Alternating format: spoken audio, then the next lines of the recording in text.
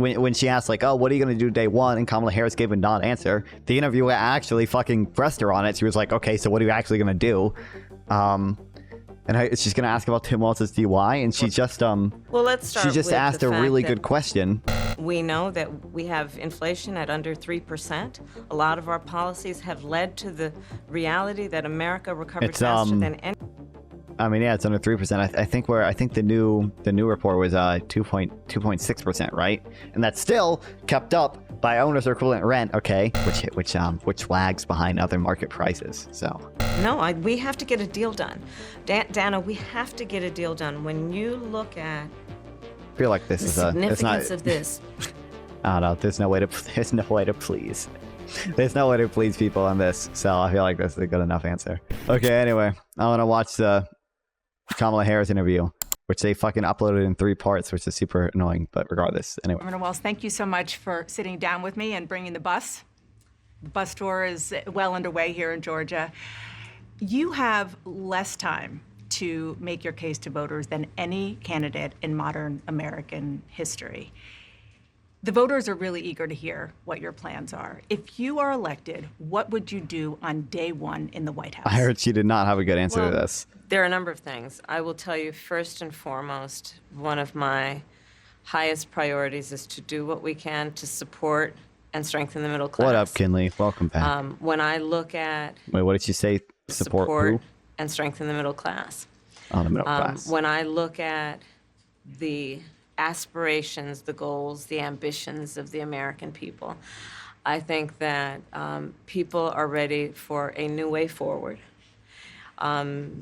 in a way that generations of Americans have been fueled by hope and by optimism.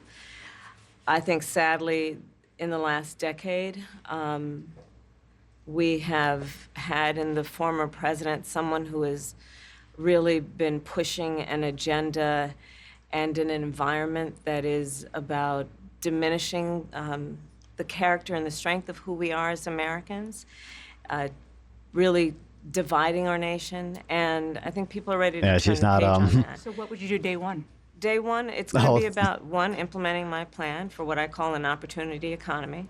I've already laid out a number of proposals in that regard, which include what we're going to do to bring down the cost of everyday goods, what we're going to do to invest in America's small businesses, what we're going to do to invest in families. This is a policy for example, answer. Extending the child tax credit She to got there eventually. $6,000 for families for the first year of their child's life, to help them buy a car seat, to help them buy baby clothes, a crib. There's the work that we're going to do that is about investing in the American family around affordable housing, a big issue in our country right now. So there are a number of things on day one. What about you? Well, I'm excited about this agenda, too. As I said, the idea of inspiring America. Why would the fuck would you answer that answer to the vice president? Who cares? Vice president can't do shit. Are things that we share in values, and the child tax credit is one we know that reduces childhood poverty by 1/3. We did it in Minnesota to have a federal partner in this. Unbelievable, I think, in the impact that we can make. You talked about, you call it the opportunity economy. You are well aware that right now many Americans are struggling. There's a crisis of affordability. One of your campaign themes is we're not going back. But I wonder what you say to voters who do want to go back when it comes to the economy specifically, because their groceries were less expensive, housing was more affordable when Donald Trump was president. Well, let's start with the fact that when Joe Biden and I came in office, during the height of a pandemic, we saw over 10 million jobs were lost. People, by the way, those we were. Latest she asked about Tim Walz DUI in 1995. Damn, really? Everyone was saying it was going to be like a softball. Oh, Type I Turtle followed me. Softball interview. So far, when she asked like when she asked like, oh, what are you going to do day one, and Kamala Harris gave a non-answer, the interviewer actually fucking pressed her on it. She was like, okay, so what are you actually going to do? And she's going to ask about Tim Walz's DUI, and she just well, let's start. She just asked a really good question of like, what do you say to people who do want to come back? Oh, thanks, Type Turtle. Our GDP is higher right now than we projected it would be pre-COVID. Okay, hold on, this should go in graphs I like too. God, look at this. Fuck yeah. Real GDP's outpaced pre-COVID expectations, okay? Prior to the COVID recession, we thought our GDP would be here, okay? We're higher than that. We're higher than that, baby. Fuck yeah. Fuck yeah. It's a good question followed by trash, followed by good question. And also there's this graph. God, why did Finland do so bad? Wow. Our inflation was not abnormally high. However, our GDP growth is abnormally high. So, you know. That when Joe Biden and I came in office, during the height of a pandemic, we saw over 10 million jobs were lost. People, I mean, literally, we were all tracking the numbers. Hundreds of people a day were dying because of COVID. The economy had crashed. In large part, all of that because of mismanagement by Donald Trump of that crisis. Bro. When we came in, our highest priority was to do what we could to rescue America. And today, we know that we have inflation at under 3%. A lot of our policies have led to the reality that America recovered faster than any. I mean, yeah, it's under 3%. I think the new report was 2.6%, right? And that's still kept up by owners equivalent rent. Okay, obviously, I don't expect Kamala Harris to be able to say this because it's impossible to. It's so hard to explain this to voters, the median voter. But inflation is actually at way less than 2.9%. It's just kept up by owners equivalent rent, which lags behind other market prices. So it's just if you look at the new tenant rent index, rent inflation is down. Yeah, rent inflation is falling. It's just that the way that CPI, which is the inflation index that most people use, not the Fed uses PCE, but a PCE uses own equivalent rent too. It just weights it less. Done that. I'm very proud of the work that we have done that has brought inflation down to less than 3%. The work that we have done to cap the cost of insulin at $35 a month for seniors. Donald Trump said he was going to do a number of things, including allowing Medicare to negotiate drug prices. Never happened. We did it. So now, as I travel in the state of Georgia and around our country, the number of seniors that have benefited. I was in Nevada recently, a grandmother who showed me her receipts. And before we capped the cost of insulin for seniors at $35 a month, she was paying hundreds of dollars, up to thousands of dollars a month for her insulin. She's not doing that any longer. You maintain Bidenomics is a success. I maintain Accurate. that when we do the work of bringing down prescription medication she for doesn't the want to American associate people, herself with including capping the Bidenomics. cost of the annual cost of prescription medication for seniors at $2,000. When we do what we did in the first year of being in office to extend the child tax credit so that we cut child poverty in America by over 50%.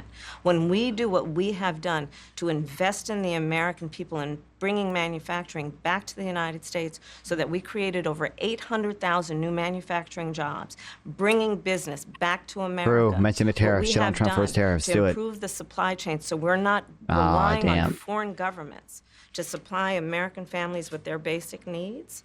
I'll say that that's good work. There's more to do, but that's good work. Well, first of all, they probably don't have the constitutional authority to do that so. I did as vice president, that I was asked to do by the president, has actually resulted in a number of benefits, including historic investments by American businesses in that region. The number of immigrants coming from that region has actually reduced since we began that work. But I will say this, that Joe Biden and I and our administration worked with members of the United States Congress on an immigration issue that is very significant to the American people and to our security, which is the border. And through bipartisan work, including some of the most conservative members of the United States Congress, a bill was crafted, which we supported, which I support. And Donald Trump got word of this bill that would have contributed to securing our border, and because he believes that it would not have helped him politically, he told his folks in Congress, don't put it forward. He killed the bill. A border security bill that would have put 1,500 more agents on the border. And let me tell you something, the Border Patrol endorsed the bill. And I'm sure in large part because they knew they were working around the clock And 1,500 more agents would help them. That bill would have allowed us to increase seizures of fentanyl. Ask any community in America that has been devastated by fentanyl what passing that bill would have done to address their concern and a pain that they've experienced. So you would push that legislation again. I just want to Not ask only about push it, I will make sure that it comes to my desk and I would sign it. just one other question about something that you said in 2019 when you first ran. There was a debate. You raised your hand when asked whether or not the border should you be banned private insurance. decriminalized. Oh. Do you still believe that? I believe there should be consequence. We have laws that have to be followed and enforced that address and deal with people who cross our border illegally, and there should be consequence. And let's be clear, in this race, I saw such a good immigration talking point. Well, true. People like keep taking that clip of her saying my values haven't changed, and then it shows her like raising her hand on the debate stage. I think for that, as well as I think she said that she would want to ban private insurance and like some of the other. I mean, some of the stuff she said was a little bit cringe.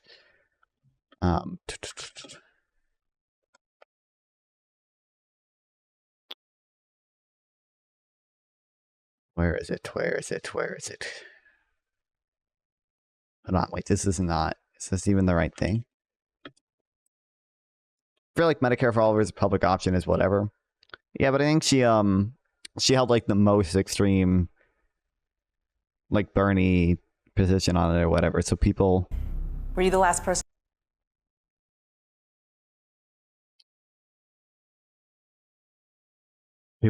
were say she's a fucking socialist for that.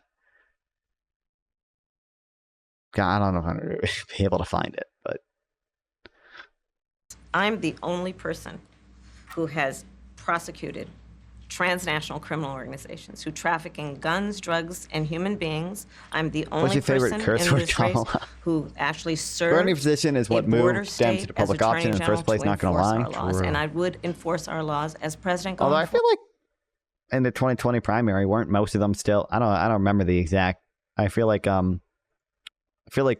remember Biden and Buttigieg were in favor of like a public option. I feel like it wasn't like basically everyone else Medicare for all. Forward. I recognize the problem. Generally speaking, how should voters look at some of the changes that you've made, that you've explained some of here in your policy? Is it because you have more experience now and you've learned more Medicare for all about is also the based, though. information? Is it I don't have strong because you were positions running on for what. president maybe in a we'll do a Democratic healthcare primary? research stream And one day. should they feel comfortable and confident that what you're saying now is going to be your policy moving forward? Dana, I think the most important and most significant aspect. That's a really good question too, by the way. Running for president in a Democratic primary, and should they feel comfortable and confident that what you're saying now is going to be your policy moving forward? Dana, I think the most important and most significant aspect of my policy perspective and decisions is my values have not changed. You mentioned the Green New Deal. I have always believed, and I have worked on it, that the climate crisis is real. Hassan that was it is hating an on the urgent interviewer. matter to which we Why? should apply metrics that include holding ourselves to deadlines around time. We did that with the Inflation Reduction Act. We have set goals for the United States of America and by extension the globe around when we should meet certain standards for reduction of greenhouse gas emissions, as an example. That value has not changed. My value around what we need to do to Son secure hates our Dana Bash border, for some reason. that value has No. not changed. I spent 2 terms as the Attorney General of California prosecuting transnational criminal organizations, violations of American laws regarding the illegal passage of guns, drugs, and human beings across our border. My values have not changed. So that is the reality of it. In 4 years of being vice president, I'll tell you, one of the aspects to your point is traveling the country extensively. I mean, I'm here in Georgia. I think somebody told me 17 times since I've been vice president in Georgia alone. I believe it is important to build consensus.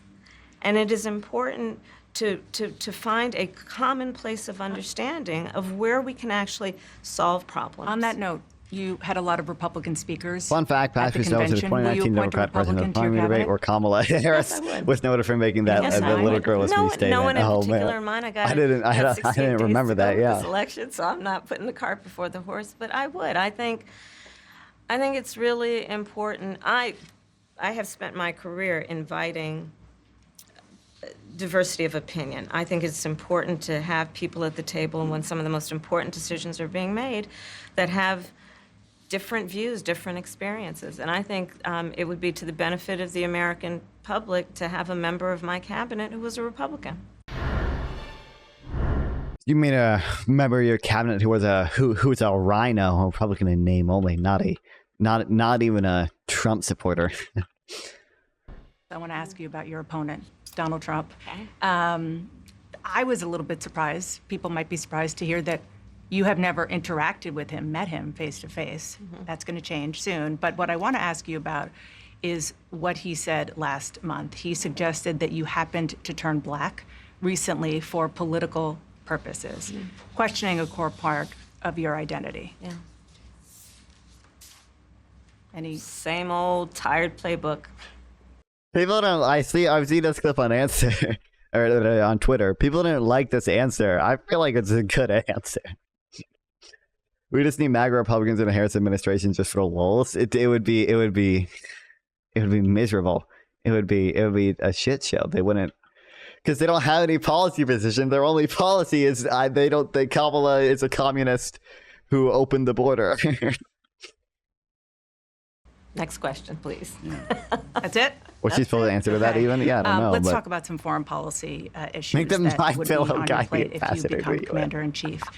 President Biden has tried... Can we get is Tiger King? When does Tiger King get released from prison? Can we get Joe Exotic Tiger King as the I don't know, it's a Treasury Secretary or something? successfully to end the war between Israel and Hamas in Gaza. He's been doing it for months and months, along with you. Would you do anything differently, for example? Is there any news on the Gaza ceasefire?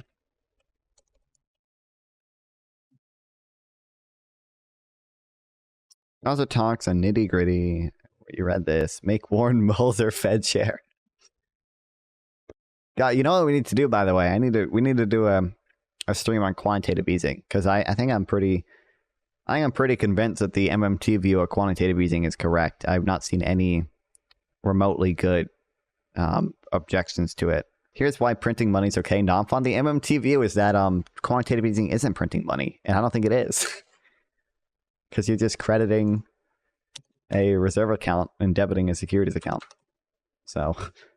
Let me be very clear. Ben I'm Shapiro. unequivocal and unwavering in my commitment to Israel's defense and its ability to defend itself. And that's not going to change. But let's take a step back. October 7, 1,200 people were massacred. Oh. Many Alex Jones young is people goated. who were Yeah. simply I love when you attending lied about a music festival. Sandy Hook Women were horribly and lost a raped. defamation lawsuit because of it. As I said what's the then, I level say terrain? today, Israel has a right to defend itself. We would. And how it does so matters. Far too many innocent Palestinians have been killed. And we have got to get a deal done. We were in Doha. Almost lost the Sans vote, I know. We have to get a deal done. Did This you war see must that, end, and we must get a deal. The Mike from PA tweet. You live in New York City, your vote doesn't matter. If she picks Walz, I'll vote for her, and I live in a swing state, so my vote actually matters. If the genocide of Gaza still have an election day, well, not vote for Kamala Harris. There's absolutely nothing you can do to change my mind about this. Damn. Let's get the hostages out. Let's get the ceasefire done. But no change in policy in terms of arms and so forth. No, we have to get a deal done.